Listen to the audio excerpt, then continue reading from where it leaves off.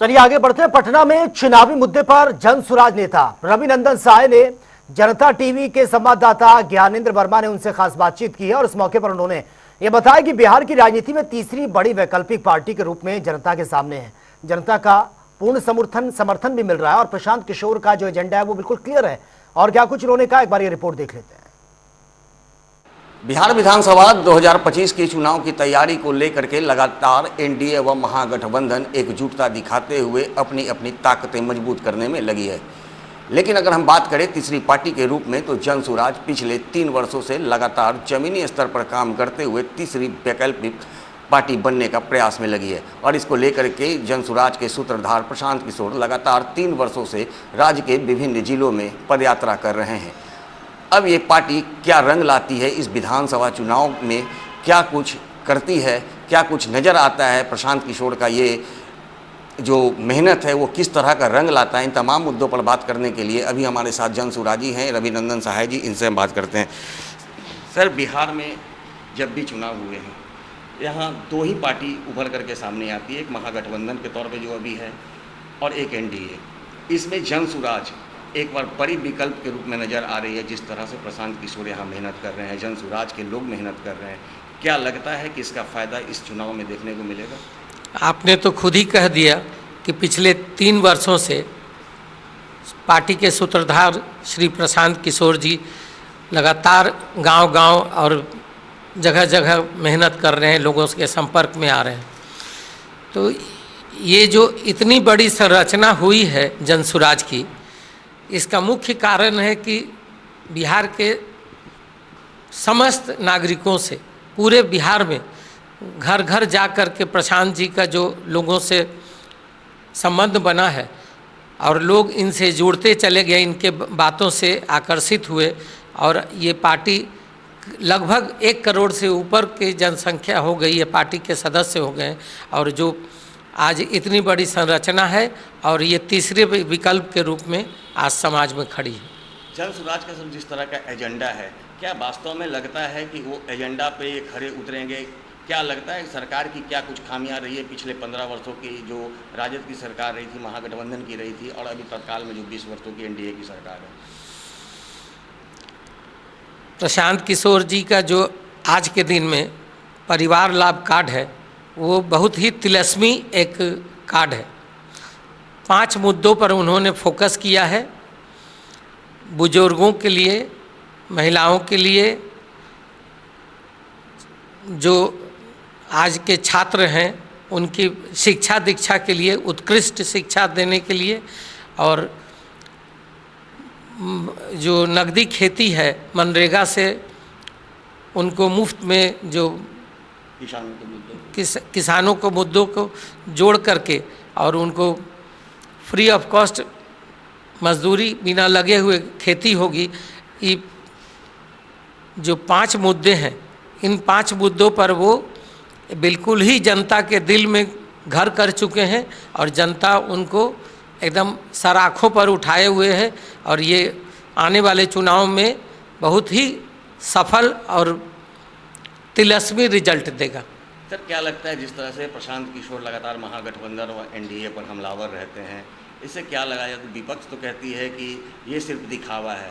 प्रशांत किशोर या फिर जनसुराज की बात करें तो वो बीजेपी की बी पार्टी है।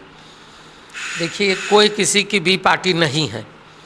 अगर बी पार्टी होती तो जो अच्छे हैं उनकी तारीफ होती है प्रशांत किशोर के द्वारा, और जो बुरे हैं, गलत काम कर रहे हैं, उनको वो पकड़ते हैं।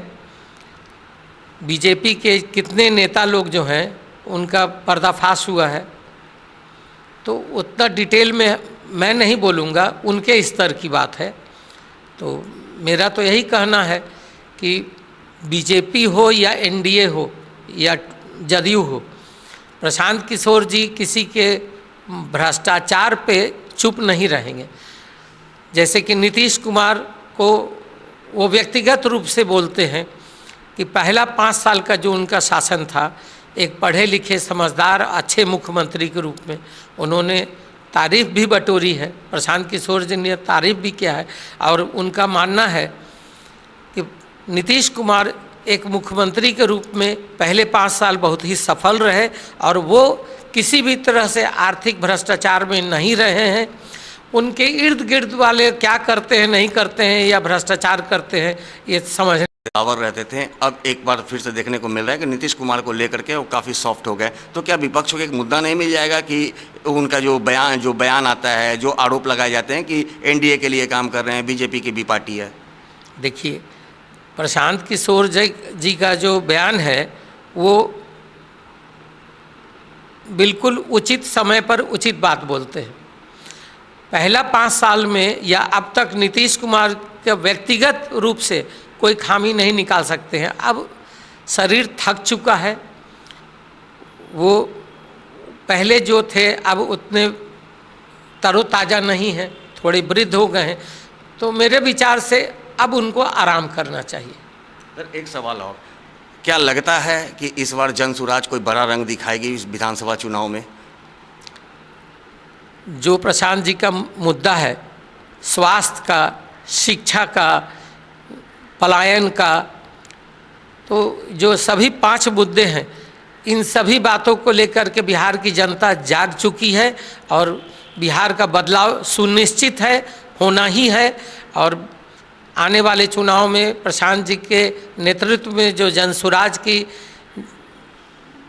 अपनी एक सोच है और जनसुराज के तरफ से जो हम लोग परिवार लाभ कार्ड का वितरण कर रहे हैं, तो सुनिश्चित बदलाव होगा और बहुत ही बड़े संख्या में या मेजॉरिटी में जनसुराज आएगी। जनसुराज आएगी, जरूर आएगी। अगर ऐसा नहीं होता है तो फिर जनसुराज किसका समर्थन करेगी? मेरे नेता का तो कहना है कि विपक्ष में बैठेंगे। अगर सरकार में नहीं आते हैं तो सरकार में, हाँ, सरकार में नहीं आएंगे, पूर्ण रूप से सरकार नहीं बनाएंगे तो विपक्ष में बैठेंगे और इसके बारे में तो वही जवाब दे सकते हैं। अगर तीसरी वैकल्पिक पार्टी बन करके आती है तो अगर एनडीए आपके समर्थन की अपेक्षा करती है कि आप समर्थन करें महागठबंधन, तो फिर आप किसे करेंगे, किसे चुनेंगे? क्योंकि आप लोगों ने लगातार दोनों पे आरोप लगाते आए हैं। देखिए, आपने जो सवाल किया है, हम पार्टी के एक कार्यकर्ता के रूप में और संभावित प्रत्याशी के रूप में बस इतना ही बोल सकते हैं कि इसका निर्णय शीर्ष के नेतृत्व राष्ट्रीय अध्यक्ष जी और प्रशांत किशोर जी ले सकते हैं।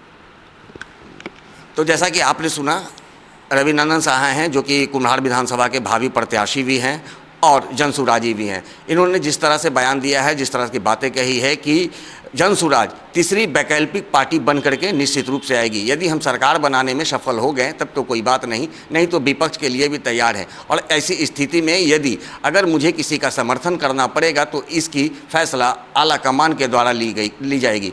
सहयोगी शंकर के साथ ज्ञानेंद्र वर्मा, जनता टीवी, पटना।